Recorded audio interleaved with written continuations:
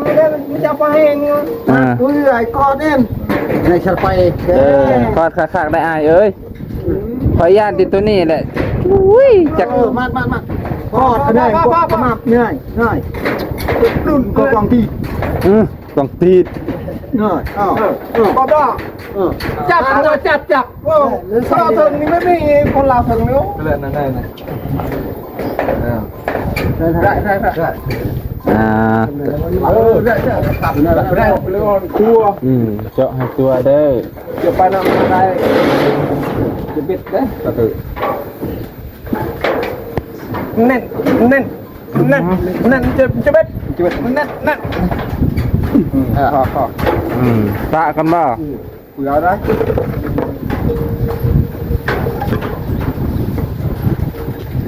ตัวมันไม่ตัวนี้เท่น่ะเอาตัวนี้แทนเลยเนาะเอาถึกดีแล้วเพิ่นบอกให้ตัดสูงข่อยอันน่ะข่อยก็ว่าสูงกว่านี้อยู่เอายังติใจเย็นๆได้โอ้ยโอ้โหมันเป็นนี่ไหมไม่อย่าว่ามันนักน้ำเดี๋ยวไปบลูมเลยcó bên bơi xe có bên bơi xe có đâu bơi xe có một chiếc giường chào vâng ạ gì vậy đã sao vậy anh này cái giang này tôi nè bài bật lụt nè bật lụt đó phải vào giọt sẵn lẹระดับกาวแต่ก็บ่ล้มมื้อนี้พี่จักล้มไปเอากูมาแล้วถอยหลังนิดนึงยันฮักเพิ่นแม่นอยู่บ่อันคอนี่เพิ่นบ่แม่นของเพิ่นยันฮักไอ้กึ่งนี่ว่าบ่ย่านอะไรลุดๆเลยเนาะเพิ่นว่าคอของไทยแม่พี่น้องคอของไทยใส่ดีง้อดีเพิ่นน่ะโอ้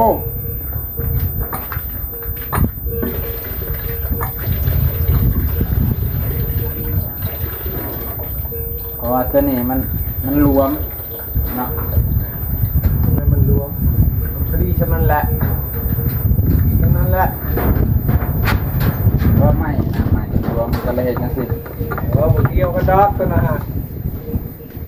เอาอันนั้นใส่เด้เอาปาดเกิบใส่เนาะปาดเกิบใส่ทั้งสองข้าง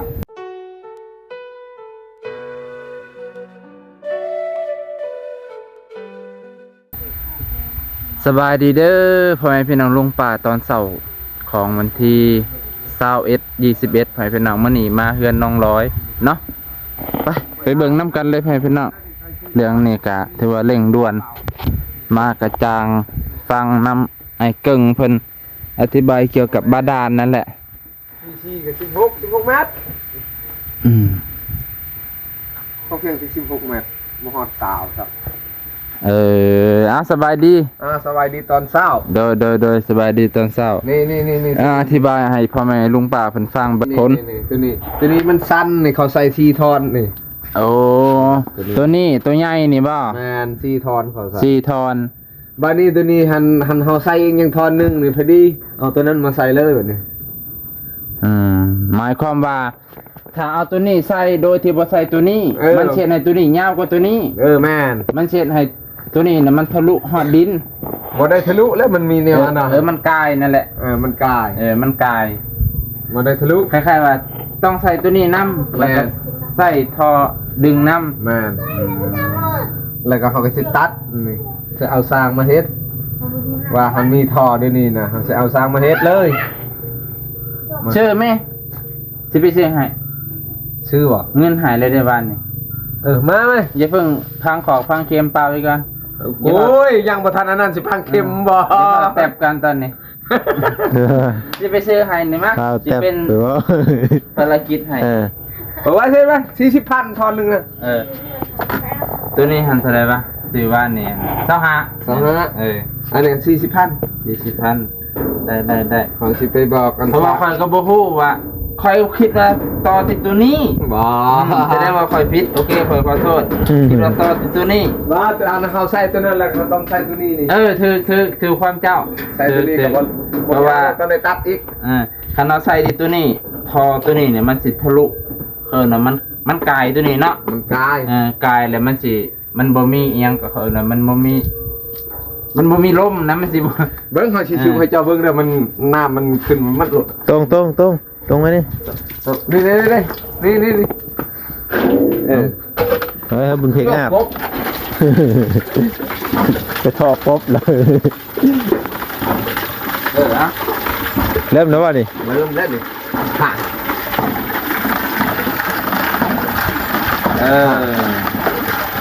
มันสิเต็มบ่กาซามนี่เนาะ เบิ้งเราเบิ้ง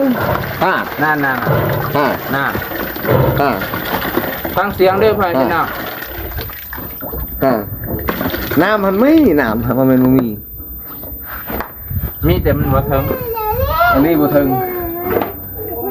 หมายว่าตัวนี้มันบูทึง อันนี้เนาะโอเคอันเกิงไว้จังสั้นกับจังสั้นแล้ววันนี้สิให้เฮ็ดตัวโยกเด้เฮ็ด บ่ต้องยุก บ่เฮ็ดตัวโยกบ่ บ่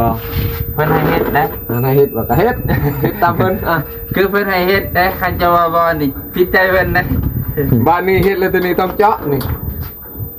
คันสมมุติว่าถ้าเฮาบ่เจาะมีวิธีอื่นบ่ มันเฮ็ดแล้วได้วิธีอื่นเดี๋ยวสิตั้งเอาบ่ลืมตั้งมันบ่อยู่เอา จังซี่ได้บ่ ได้พัดอยู่ถึงกันดิเอา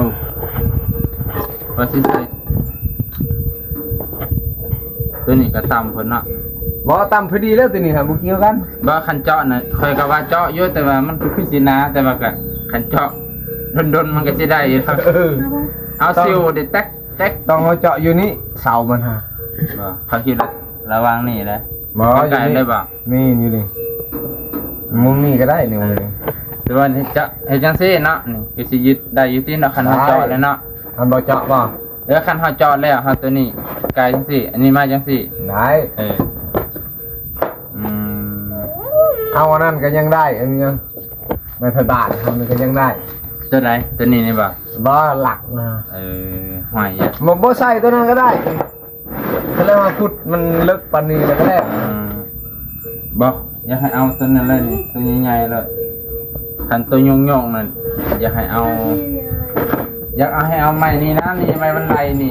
ไม้นี่ก็ไม้มันจังเน้นหนาถาวรแน่เห็นว่ากันได้ แล้วให้อันเพิ่นให้เฮ็ดตัวนั้น แม่นเพราะว่าเพิ่นอยากให้ อันเฮ็ดตัวนั้นก็มี สูบง่าย มีแนวเจาะมีบ่สิวเจาะไว้แล้วแล้วเฮาสิไปบอกสร้างเฮ็ด เจาะไว้แล้วนะ คันว่านั่นก็เจาะรถคันว่ายานมันแตกยานมัน ได้ก็ยาเคยมีปูนให้ เฮาก็ มี มี ปูน นี่กันปูนก็ได้ขอ แต่ก็ยามีปูนให้เด็กปูนหินเจ้าก็มีทรายเจ้าก็มี มีนะสิเฮ็ดตัวนี้ตัวนี้ครับ เดี๋ยวสิเจาะซอยดอกคอยเจาะซอยกันแต่เฮาไปซื้อตัวนี้กันนะอันนี้ท่อยังเกินนะฮะอันนี้ท่อ18อันนี้ท่อยังนอท่อยัง พี่สาวบ่ ท่อเศร้าบ่ มันบ่พี่สาวบ่ต้องเกิง กูจักได้เฮานะมีที่ว่าท่อธรรมดาแล้วก็แล้ว นี่ ท่ออัน ต้ นั้ อน งมีเบอร์มัน ท่อน้ำ ถ่ายรูปเอา ท่อธรรมดามันก็แม่นเบิดแล้วว่าท่อธรรมดา พี่สาวนี่ ตัวท่อยังนอน ทอดเอานั่นเลยใช่ป่ะนี่มันติ่งได้อยู่นี่เอาไปเลย ถอดเอาตัวนี้ไปเลย เอาแบบนี้มันคือกันใช่ป่ะเลยนี่ว่าน้อยคนน่ะ คือกันสำคัญเป๊ะ ก็ตัวนี้เป็นข้อต่อนะ ตัวนี้ได้นี่นะ นั่น นี่บอลนัมเบอร์นี่ 14 11/4ข้อต่อมัน เดี๋ยวถ่ายรูปให้เพิ่นเบิ่งแล้วเฮากะสิพอดีแต่พอดีกำมือเลย โอเคแฟนพี่น้องเฮาก็สิได้ไปซื้อทอให้เพิ่นเส้นหนึงก็สิมีขอต่อนำนี้เนาะ แม่น ลึกมันบ่มีขอต่อบ่ต้องมีเนาะ หรือว่าเพิ่นสิเอาอันนี้มือบ่ ว่าน้องชื่ออันนั้นเลยนะ ขอต่อนะ ต้องลองทำไป เห็ ทำ นป่ะ ฮะ ชื่อได้จุ่มพันได้อันได้เชงเชอร์ชิลมากันสบาย5,000ลูก โอ้เอาตัวนี้ก่อนถ้ามันบ่ได้เพิ่นจังว่ากันไหมเฮาก็เฮ็ดให้เพิ่นเบิ่งก่อนหั่นนะความหมายคือเฮาเฮ็ดให้เพิ่นเบิ่งก่อนจังว่ามันบ่ได้เพิ่นก็สิแก้ไขอีกเทื่อนึงหั่นนะแม่นบ่แหละแต่บ่ได้เฮาก็เฮ็ดให้เพิ่นเบิ่งก่อน ตัวนี้ได้สิซื้ออันเลยแน่นี่ตัวนี้ไม่ได้ซื้อ บ่ ตัวนี้ดิ มีแต่ข้อต่อ สามทางบ่ซื้อไว้บ่ยันแบบว่าตัวนี้มันใส่แบบว่าเฮาออกแล้วมันใส่บ่ได้เด้อนี่ ชื่อไว้ลูก เนาะ แม่ตามทาง เพราะว่าถ้าเฮาตัดปึ๊ดนี่มันคือตัวนี้คือใส่ตัวใหม่เลย เรื่องการจุด นอกจากว่าตัดอยู่ลุมแล้วก็เอาขอต่อมาต่อเนาะ ขึ้นได้ ได้อยู่อ่ะไปพี่น้องก็สิได้ไปภาระกิจเฮาก่อนไปซื้อทอคือสิทอเศร้าเลยเนาะทอ18ทอเศร้าขอต่ออันนี้ก็มีแล้วไปพี่น้องเอาสิไปกันต่อมาหอดไอ้เกิงได้เวียกเลยมันนี่ลุยกันเต็มที่ ก้อนนี่ก้อนใส่ก้อยเนาะ เอาไอ้เกิงลุยแล้วบัดนี้ ว่าที่จะเลิกไอ้บ่ ได้อยู่เพราะว่ามันอ่อนมันนี่โซนน่ะมันบ่ได้ถึกแดดหลายแพ้เพิ่นได้คอยไปไอ้เกิงเอ้ยจังได๋กะ เจ้าแวมาบอกทางนี่เด้อ ข่อยว่าสิถามอยู่สร้างหมองใดนั่นวิทย์โรงเรียนเพิ่น บอกทางเฮานี่พอสิเลยเจ้า โอ้ ให้เรามาอันน่ะเฮ็ดถ้าข่อย อันเด้เอาแล้วคือรูปเขาแหละ เป็นแม่อยู่ว่า มันแม่นอยู่ว่าไอ้เกิง แม่มันน้าเดิมแก่แม่ หน้าที่ทางแคบนี่เนาะโอ้ยไอ้เกิงนี่มันเต็มมีแต่ว่าจอบ่ได้ค่อยเลยค่อยว่าสิเอาคอนปอนมาได้มื้อนี้หั่นเบิ่งว่าไอ้เกิงก็ว่าจอบ่ได้ ก็ห่อสบายอ อ๋ ยู่ อข่อยเสียดายอยู่ เสียดายหยัง เสียดายปูนนี่แหละ โอ้ยยังมาเสียดายเจ้าบ่เสียดายเมียจะบ่สูบสิได้คุหนึงสิล้มสิตายเลย จังได๋แล้วเป็นลมปะเจ้าเสียจังได๋อยู่สิเลี้ยงลูกผู้เดียวนี่นะ เอาไปไผบ้านเด้อเฮ็ดมา เสียดาย ปูนอันนั้นไม่ คันโยกมันหั่นบ่ บ่ รักนะ รักฮะ ก็คือไม่เอาเล็กอันรักใหญ่เลย รักเลยนะ ไม้ผ้าบ้านมันสิใส่ได้ดนบ่ นี่ จะต้องคิดระยะดนใดบ่แม่นได้หยังบ่แม่นเจ้าสิหนุ่มไปทางหน้าได้บัดเดินไปโอ้โหก็เบิ่งในลูกจ้ะนะหั่นมีแต่ผู้หญิงเนี่ยเอาตัวนี้น่ะคักกว่าและกระบาก อีกอันนี้ และกระบากกลางนะ ซื้อตะปูไปเด้อ บ่แม่นทางนี้บ่ สูบไปทางนั้นเราเกิงมัน ซื้อไปทางนี้ ฮะ โอ้ไปเฮ็ดนี่เฮ็ดไปนี่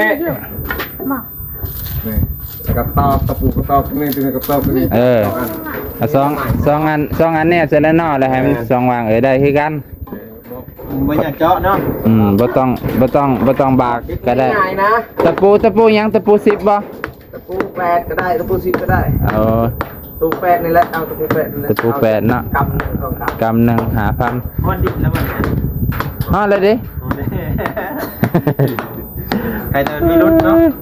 โอ้ยมันนอนอยู่ เด้ออ่ะอันเด้ไปเลยเด้พอแค่เครื่องหนึงบัดนี้ก็สิเหลือแต่เอาตัวนี้ออกแล้วก็เอาตัวนี้สิดึงออกแล้วก็คอยกันจับอ่ะมันนี่ก็สิไปธุระก่อนไปนำบ่เฮาไปเลยเนาะบ่มีผู้จับท่อมันจังไว คือท่อมากันดิ มันนี่ก็มากับบางชาแนล ไปดิพี่น้อง โดยสบายดีปะเอา ไปเมืองชดนะป่ะ เอาตะปูแล้วก็ทอ ท่อเบอร์สาวปีสาว ผีเศร้าเนาะโอเคพ่อแม่พี่น้องหลังจากที่ได้ไปซื้อท่อ PVC ไอเกิ่งเนาะซึ่งก็ถือว่ากับบริไกลปานใดพ่อแม่พี่น้องไปแป๊บเดียว ก็ได้เงินที่เพิ่นให้มา100,000 กีบก็เหลืออยู่ 35,000กีบเพราะว่าซื้อไปทางเบิด75,000กีบให้พี่น้องนะก็เหลืออยู่35,000กีบนี่แหละทอที่เพิ่นอยากได้เพิ่นว่าต้องเอาทอตัวนี้เขาเรียกว่าทอปอกเนาะให้พี่น้องอันนี้คือทอปอกเพราะว่าเฮาจะได้ต่อปอกตัวนี้ก่อนแล้วค่อยใส่ทอตัวน้อยนั้นให้พี่น้องแล้วก็3ทางเผื่อว่าตัวนั้นมันใส่บ่ได้เฮาก็เฮ็ดตัวนี้ใส่แทนเลยให้พี่น้องนะไปเบิ่งน้ำกันให้พี่น้องถ้าตัวนั้นใช้ได้ก็ดีคือกัน ได้สิเป็นหยังพี่น้องเลย โดยตะปูหยังก่อนนะแม่นว่าตะปู8 ตะปู8สบายดีบ่น้อง สบายดีพอดีเอาสร้างแหล่เพิ่นมาซอย อดามเป็นกันตัดมาเล็กตัด ยืมเล็กตัดให้แน่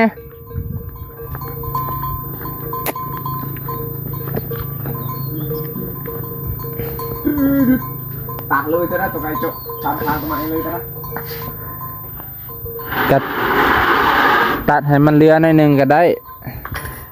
โอ้ยลืมเอาเงินให้ไปเพิ่นน่ะจะน่ะว่าเอาไอ้เกิงเหลือ35ซื้อ75เหลือ35 โอ้พอดีได้เอาไปช่วยดอง ดองไผอีก ดองอยู่บ้าน เดี๋ยวแสดงว่าเฮาก็สิได้ขอดองอีก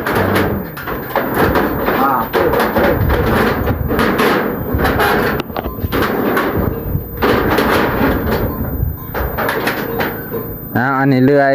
ตัดทอ tao có đội cứ vậy tao cáiตัก ไปแล้ว มันบ่ฮักบ่ให้ไปทางพุ่นให้ไปทางครัวคำมันฮักนี่ก็ห้วยยาได้กึ่ง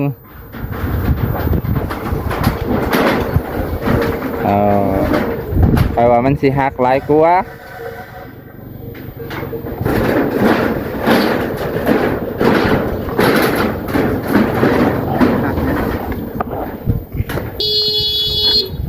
โอ้สบายดีอันนี้บ้านลูกสูบลูกเสพโอ้ยเนาะ14 ลำ24 ลำฮะโอ้มีแล้วเนี่ยนั่นน่ะตัวน้อยซื้อมาเมื่อวานนี้เดยก็เลยไอ้เกิงไว้ซื้อตัวใหญ่มาโอ้ยกระห้องกับโบโหเนาะสบายดีเบาบางเด้เพิ่นเอาอ้ายเพิ่นมาซอยน้ำบัดนี้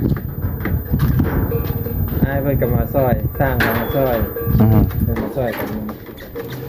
ข่อยซอยยืนซอยเว้าเด้อข่อยเด้อซอยอำนวยความสะดวกให้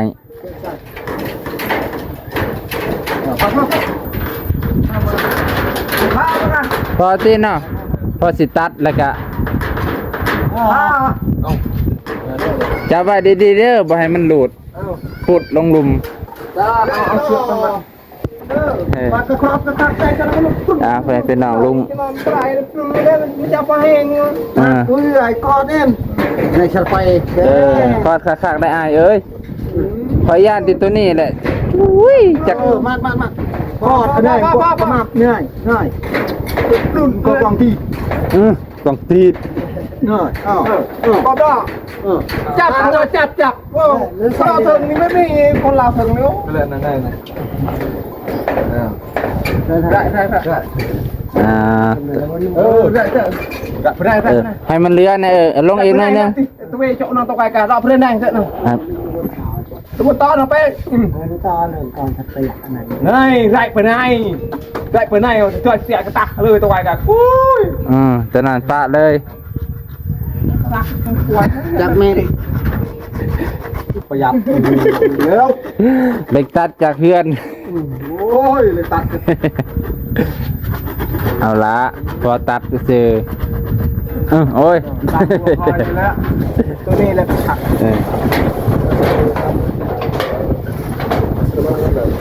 เพิ่นมาซอยไงเพิ่นเอา แล้ว นี่แหละตัวนี้แหละตัวนี้แหละ ทั้งว่าพวกเราเล่น พอดำดีไงอีก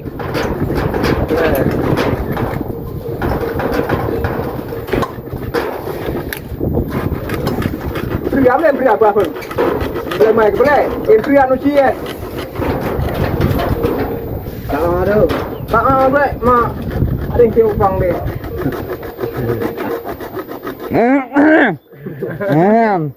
ใจเย็นๆเด้อทางฝุ่นมีกิจซีเซียให้เอากันอยู่ ได้นี่พาฝึกยันพิชาได้พาฝึกใส่ไม่ฝักนี่ไปนะ ใจเย็นๆโอ้ย เที่ยวจุดก็จกละกะละตีเก่าเด้อเอาไปใช่ไหม ไอ้เกิงท่าแล้วบัดนี้ เต้ทำไมเที่ยวเที่ยวลงทางอ่ะนะจังหวะตีมันจ้าน่ะ ช่วยเลยนะ ตัวน้ำเพื่อถึง บ่ช่วยแล้วก็นั่นแล้วก็ล้างมือไว้เสร็จมือรถ เช็ดก็ได้เช็ดเอาตีน้องกันน้องนักขึ้นวันนี้ว่าไม่เดี๋ยวจะกระดาษเช็ดตัวตีเก่าเนี่ยเอาไปหยอกด้วยฮานาออนตลอดด้วยหลังเอาผัดได้เรื่องตัว เจาะให้ตัวเด้อ เดี๋ยวไปน้ำอะไรจะบิดเด้ก็คือแน่นจะเบ็ดแน่นพอ ปะกันบ่ เผื่อได้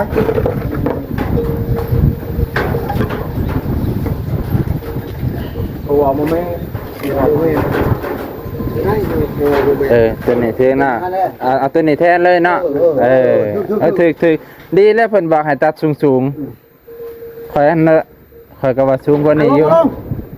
เอายังสิใจเย็นๆได้ โอ้ยโอ้โหมันเป็นนี่ไหม ไม่อย่าว่ามันนักน้ำเดี๋ยวไปบลูมเลย có bên bơi xe có bên bơi xe có đâu bơi xe có một chiếc giường จับมันกัน vậy gì ba đã sao vậy anh này cái giang này bị gặp nè ไปหลุดเนาะ บอลลูดดอกใครว่าหยอกสันแหละระดับเก่า แต่ก็บ่ล้มมื้อนี้พี่จัก ล้มนั่นพอตีสำนี่หาท่อเลย4 เมตร4 หาเศร้าท่อ20 เมตร มาสิไปใส่ย่างตอนนั้นใส่ตัวนี้แล้วเป็นย่างตัวเก่า มัดไว้ดี ตัวนั้นเอาไว้เจ้าเดี๋ยวตัวนั้นทำไมน่ะคือไม่เอาตัวนี้เลยตัวนี้ ๆเอาตัวนี้ได้เกิง ตัวนั้นเท่าแยกเพราะว่าเราบ่ได้ตัดท่อถิ่มเลยเอาตัวเก่านี่แหละนั่งออกกาวแล้วฮะล้างออกก็สั่น อันนี้เสร็จนี่อันนี้ใช่ดูแหละ เอาไว้ใส่เทน่า ดูแหละเดี๋ยวเอาดูแหละจับบอลดูแหละ ไร เดี๋ยวจะไปตัดไปที่นี่จับใส่เดินเอาไปใส่เทน่าซะ ใช้ใดเถอะนะตัวนึง เห็ดก่อนอนาคต อีกอะไรจะเที่ยวจะเริ่มมูลแต่ว่าแต่เจ้าเขาชื่ออาปะนี่นะแต่ว่าต้องเป่าปะเนาะ นายเพิ่นนั่นแหละ โอ้ย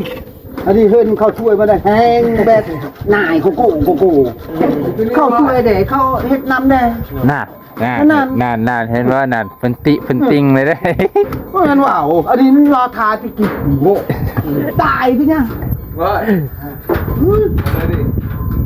ตัวนั้นกะพุ่นและตัดอยู่พุ่นเลยคอยซื้อคอต่อไว้อยู่อันนึงพอดีเลย ครับ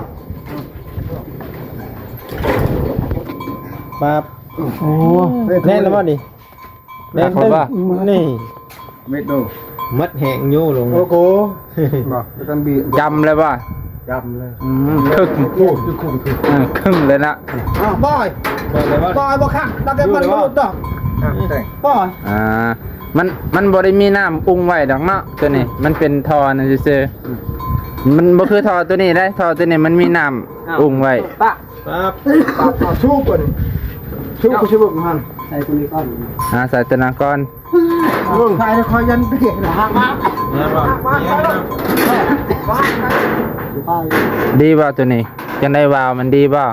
เบิ่งให้แน่เฮา ได้อยู่ดอกตัวนี้ ยังได้เนาะ ได้ดอกใส่ป้อมใส่เดี๋ยวพวกไอ้เอากลุ่มห้องเราเรายกไปเลย ถอยหลังหน่อยนึงยันฮักเพิ่นแม่นอยู่บ่อันพอนี่เพิ่นบ่แม่นของเพิ่นย่านฮัก ไอ้กึ่งนี่ว่าบ่ย่านอะไรลุดๆเลยเนาะเพิ่นว่าคอของไทยไปพี่น้องคอของไทยใส่ดีง้อดีเพิ่นน่ะลองสูบเบิ่งก่อนสั่นเนาะคือมืดแล้วบัดนี้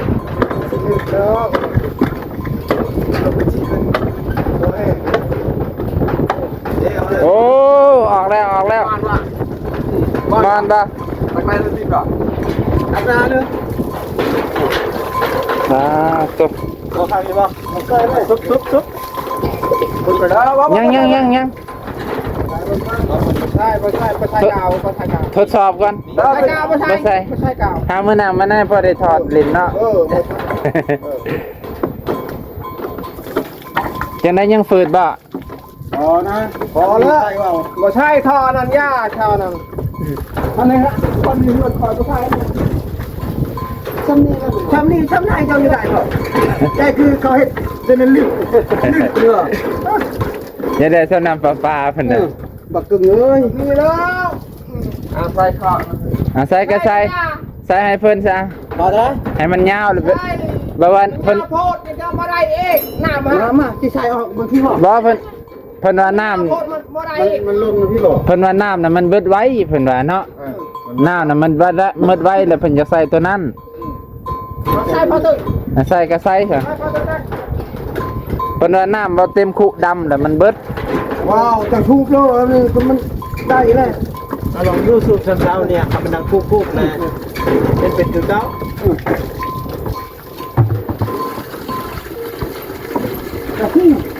เพราะว่า เกิดก้อนหรือมอน หมดพูดหนาวก็พูดหนาวเนี่ยมันใช่ไหม มันหนักน้ำเนาะ โอ้โหใจหมอนมันแนวแล้วมันหนามันหาคือมันรุดยอดได้ มันยกน้ำขึ้นเนาะเด้อ ข้อให้อยู่ไรหมา จังได้ ใจหมอนนี่จะแปะ ผมเจ้าใส่ไหลเรียบร้อยเลย ได้แล้ว โกยังเอาไว้แปะอันนี้ ได้แล้ว ตัวเลยอ่าน ได้แล้วเนี่ยคือคิดว่าพ่อบอลเด้อเพิ่นว่าพอแล้วเพิ่นน่ะ นี่จ้ะตึ้ง ถ้าบ่พอกะต่อมื้อหน้าตัวนี้ง่ายอยู่ดอกต่อผู้เดียวก็ได้ โอเคเก่าก็มีจะต่อโลดเดียวก็ได้ จะผ้าเอาตัวนี้ บ่เพิ่นอันนี้เพิ่นสิใส่เสา โยมเอาในนี้ว่า โดยโยมเอาอันได้เสือกตัวนั้นแหละสิมัดซะนั่น มาจะนี้เลย โดยพอบ่ให้ ปูนี่ครับนายเลยไปให้เฮ้ยปูสองตัวอื่นมาคึก บ่ไอ้เกิงมันเป็นตะปู8นั่นแหละเพิ่นน่ะสอดอยู่ดอกเพิ่นน่ะแป้น ปูที่ ตะปู10บ่นี่เอา คิดจิต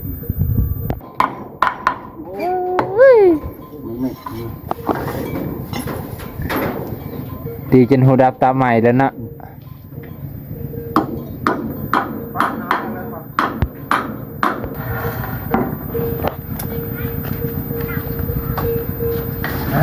เอาไว้ก่อนตัวนี้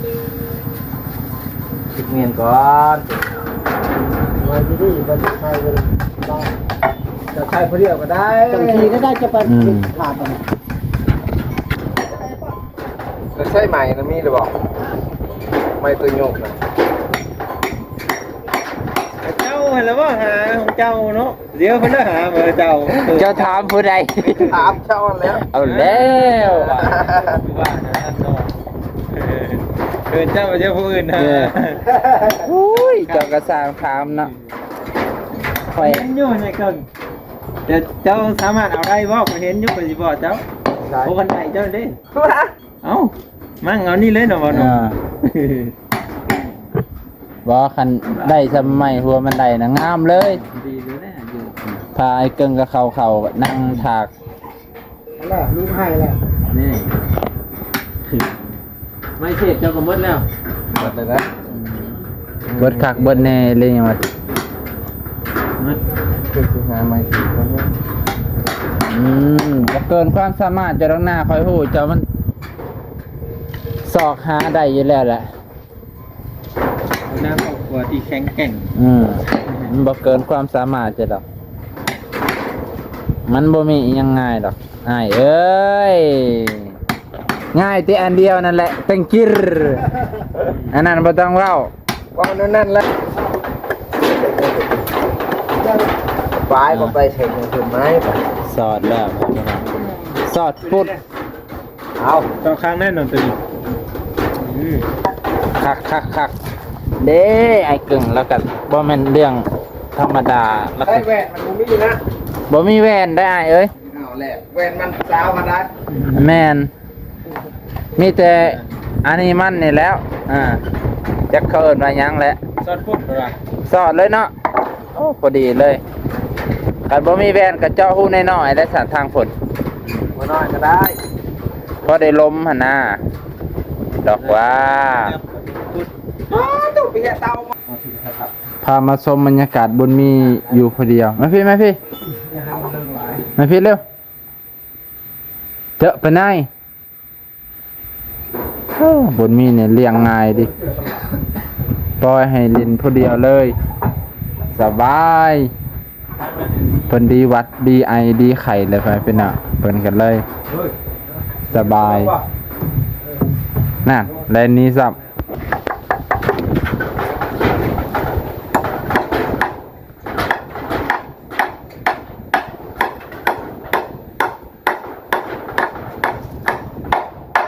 น้า คนดีแล้ว เอามาหนิดนึงออกไป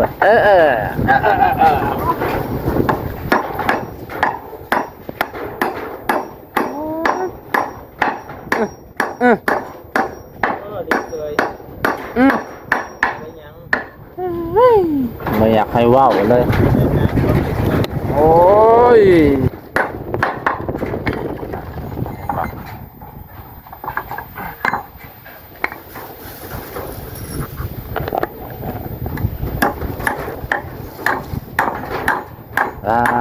ไปนะไอ้เกิงเพิ่นเฮ็ดเรียบร้อยเลยเด้อบาดนี่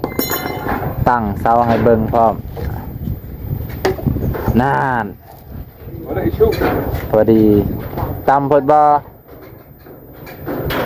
คันตำโพดแล้วย่ำโยกอันนี้มันสิฮอดพี่ได้บ่นี่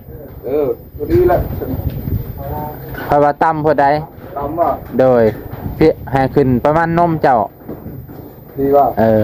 เกิดจะโยก เพราะว่าโยกมาบ่ให้เขาก้มเลยนะโยกเวลา บ่ให้เฮากลมเนาะถึก นี่ยันว่าปัดโอ้ยเจ็บเอวแล้วปัด ตอนนี้พอดีว่า โยกสิก้มมีสิตั้ง พอดีว่า โดย จับติดขึ้นมา โดยถูกต้องถือเป็นว่าแหละว่าแม่นว่าโยกแล้วเพื่อน้ำสิขึ้นจนก้มลงจนว่าทางหลัง เงื่องขึ้นข้างในสูบแบบเก่าสิบ่ดีกว่าบ่ จะได้ไปจิบป๊อตเตอร์ แม่นเด้ไอ้เกิงเป็นเฮ็ดเรียบร้อยแล้วมันนี่โอ้เก่งเลยมันนี่เป็นพ่อที่ดีของลูกเพิ่นได้มันนี่แหละขมักเขม้น รวดเร็วทันใจ รวดเร็วทันใจไอ้เกิงก็เป็นอยู่แล้วเพิ่นน่ะอย่าประมาทขาดคุณเพิ่นใดไอ้เกิงเพิ่นเจาะอันนี้ก็มือบ้ามผู้เดียวเลย แม่น แล้ว แต่ว่าก็เพื่อสิเฮ็ดได้เนี่ยบ่น้องมาจี้ดากเพิ่นแล้วเพิ่นสิไปเฮ็ดเวียกตัวอื่นก็มาน่ะนะเด้อันน็อตใส่ปะตัวคักเลยบัดนี้ โยกนี่บัดนี้เนาะ ยังเหลือแต่แม่คันโยก ต่อโอเคพ่อพี่น้องตอนนี้ก็ถ้าเตะไม้เพิ่นกำลังไปเอาไม้มาหากำลังไปหาไม้คันโยกแล้วก็สิใส่มองนี่เลยต่อไปพี่น้องเอาถ้าเบิ่งตอนต่อไป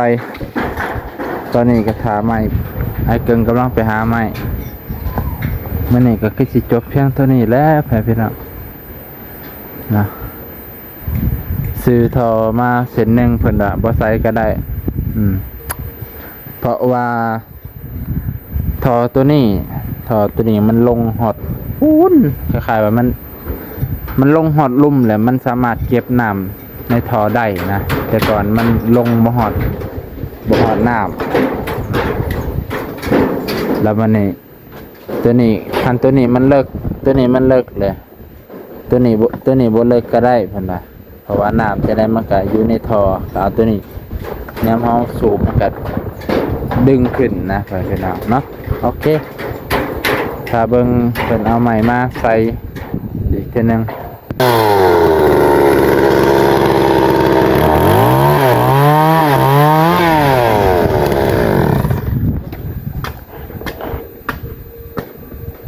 ลมเปลี่ยนทิศแล้วใครแน่เอาแล้วมาอีกแล้วบัดกำลังย่อ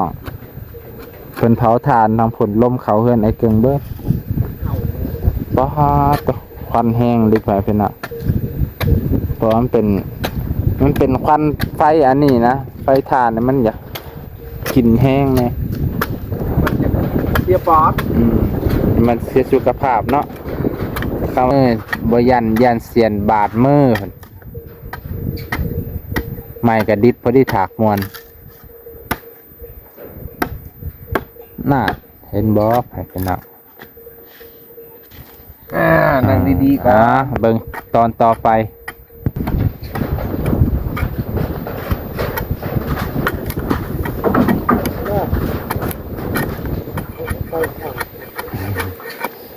ลมแห้งอะไรมาเนี่ยเมื่อนี่ลมแห้งเมื่อวานนี่ยังบ่ปานนี่หน่อยกับบ่ว่าดอกอ้าวนึกว่ามีซิลิงเป็นบ่บอกผู้ใหญ่ใหญ่ก็ใหญ่ให้มันอันแน่โอเคไปพี่น้องเพิ่นจะไล่ผ้าเลย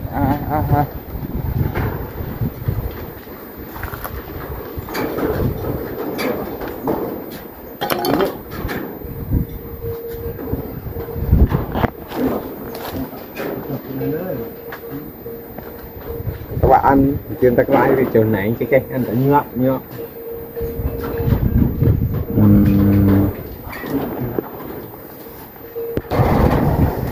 ไปเป็นหน้าเมื่อกี้ในเพิ่งกระเจาะหูแล้วเจาะรูเรียบร้อยบัดนี้เพิ่งกระสิเสือกมัดใส่เนาะบัดนี้ก็ถ้าเบิ่งไปนำกันน่าจะบ่ยากดอกเพื่อนพี่น้องเพราะว่าแค่อันนี้ถ้ามันบ่แข็งแห้งเพิ่นก็เมื่อหนาเมื่อไหร่กับบ่อึดดอกไม้3ตัวนี้สิหักเนาะไอ้เกิงเนาะแม่น3ตัวนี้สิหักก็อีกหลายเดือนอยู่ดอกคันหักก็บ่เป็นหยังดอกเฮาบ่ได้ถอดตัวนี้เพื่อนพี่น้องเพราะว่าบ่น้องคิดว่าคันถอดตัวนี้คันมันหักก็ห้อยตกลงล่างเลย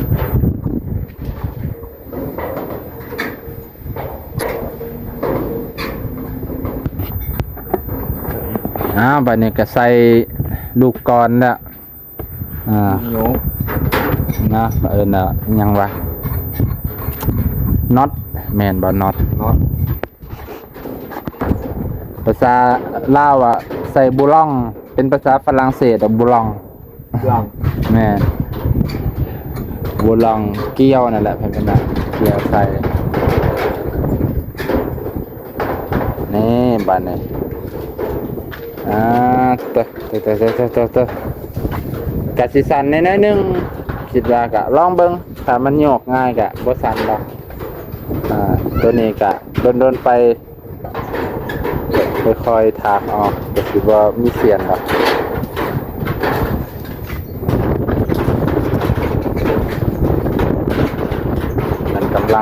เด้อบ่นะมื้อนี้ลมแห้งเป็นพิเศษโอ้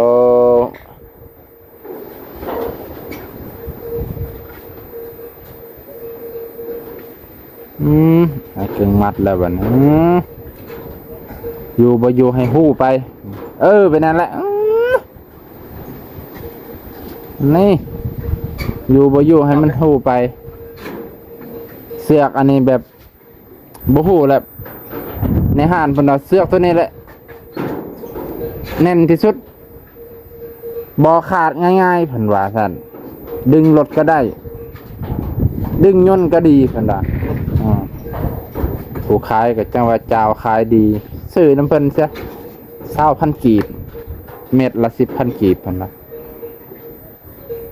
เมื่อหนาวเมื่อไหนก็ต้องซื้อพกไว้ในรถบางเที่ยวมีรถพื้นตายเขาพอสิได้แก้ให้เขาน่านลองเบิ้งบัดนี้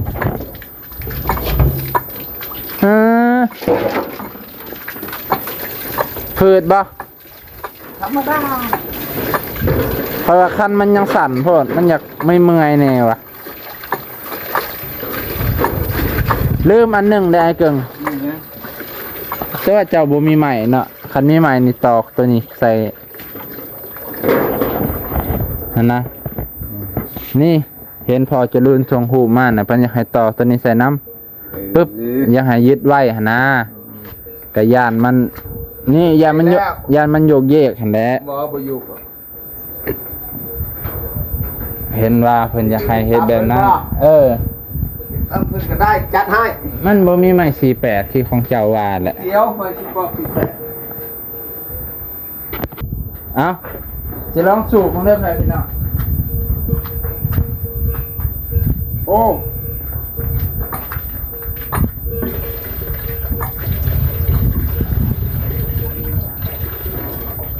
เพราะว่าตัวนี้มันรวมเนาะมันรวมมันพอดีฉะนั้นแหละก็ไม่รวมกันเลยจังสิบ่เกี่ยวกันดอกตัวน่ะเอาอันนั้นใส่เด้เอาปาดเกิบใส่เนาะปาดเกิบใส่ทั้งสองข้างเกิบอีแตะน่ะมันจังว่า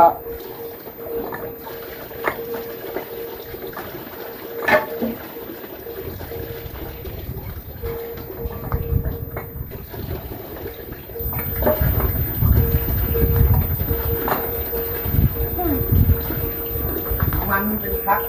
ทำสำเนียงพอดีเลยเกินทำจำได้ติดจำติดคือทางนี้นะมันเกือบครึ่งหนึ่งนะปกติทางนี้มันประมาณนี้นะมันจังข้างหน้ามันสั้นสิบกว่าตอบดูน้าไฟจับให้ไฟบ่ตอบอ่ะไฟบ่มักตอบเลยมักนะ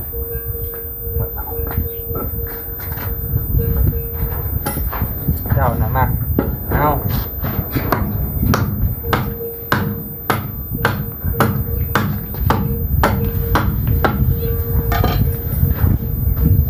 แปลกเลยพอเห็นนะผมก็ตีใส่ติดแล้วนานเลย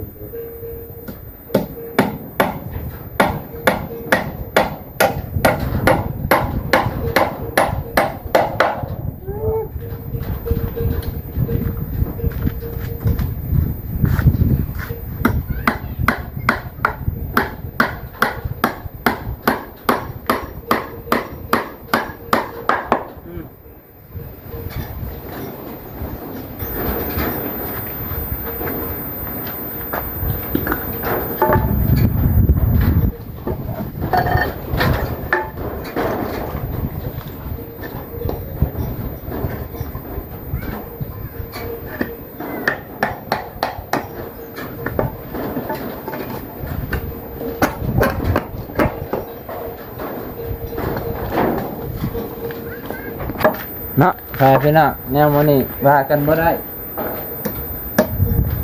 บุญวาสนาใครมั่ง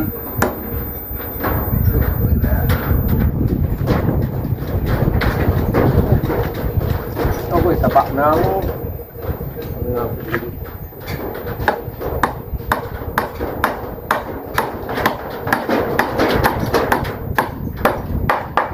hai roof ở trong chơi on có chơi lôi thơm โอเคพ่อแม่พี่น้องตอนนี้ก็ถือว่าสำเร็จเรียบร้อยเนาะได้ยึดติด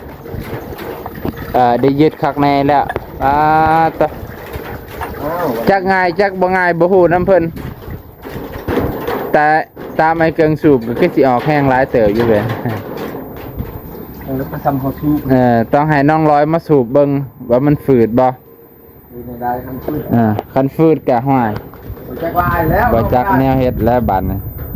เนาะ đây thaoพอจะหลุนว่าแล้ว แต่ว่าคันมื้อหน้ามื้อไหนค่อยคิดว่าต้องเปลี่ยนใหม่แหละให้มันยาวๆกว่านี้เพราะว่าจังไดทางหลังนี่มันต้องยาวกว่าทางหน้าอันนี้ทางหน้ามันอยากยาวในนิดนึงไปพี่น้องมันบ่บาลานซ์กันบ่แม่นบาลานซ์ดอกคล้ายๆว่าทางหน้าให้มันสั้นๆนั่นแหละมันจังแบบดึงขึ้นง่ายคันทางหน้ามันยาวเลยว่าเฮาดึงขึ้นแล้วมันอยากพืดตามข้อยคิดได้คันทางหลังยาวๆเนี่ยมันสิให้เฮาดึงสูบหนังง่ายมอน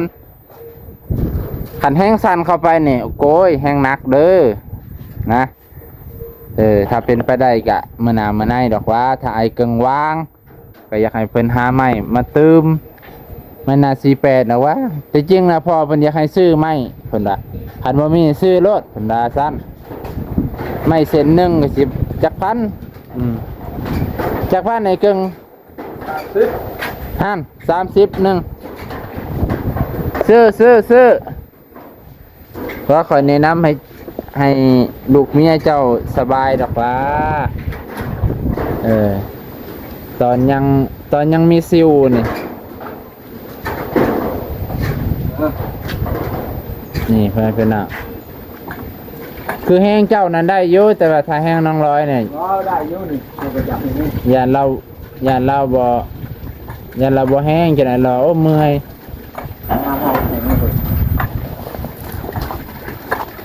ฮะก็ซ้ำเก่านั่นแหละ